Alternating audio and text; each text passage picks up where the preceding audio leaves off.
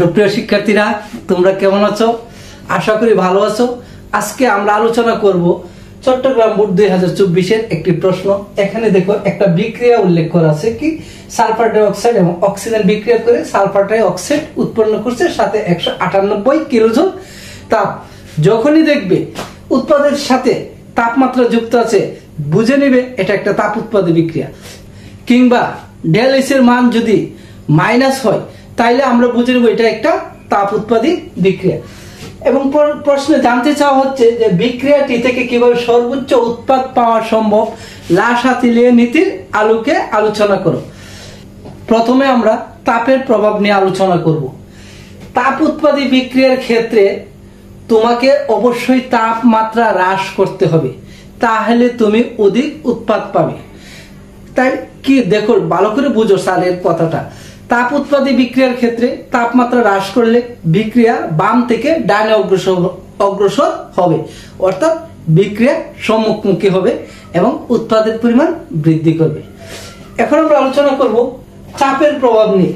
যখন চাপের প্রভাব নিয়ে আলোচনা করবে, তখন বিক্রিয়াটি তাপ উৎপাদী কিংবা তাপহারী, এই নিয়ে তোমার কোনো চিন্তার দরকার নেই।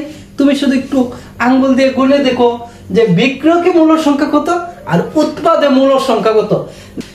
আমরা মূল সংখ্যা কিভাবে হিসাব করব?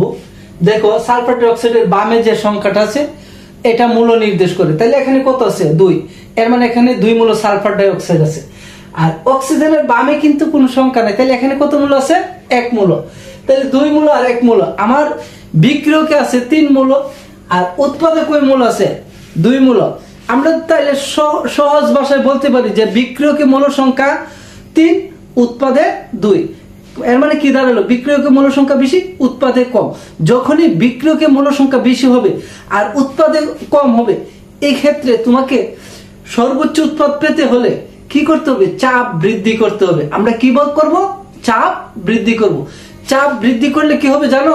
বিক্রিয়া বাম থেকে ডানে অগ্রসর হবে, অর্থাৎ সম্মুখমুখী হবে এবং উৎপাদ বৃদ্ধি পাবে। এখন আমরা আলোচনা করব গণমাত্রার প্রভাব নিয়ে। গণমাত্রার সবসময় মনে রাখবো যে বিক্রিয়া অধিক ঘনত্ব স্থান থেকে কম ঘনত্ব স্থানের দিকে ধাবিত হয়। তাহলে আমি বিক্রিয়কের গণমাত্রা কিভাবে বাড়াবো?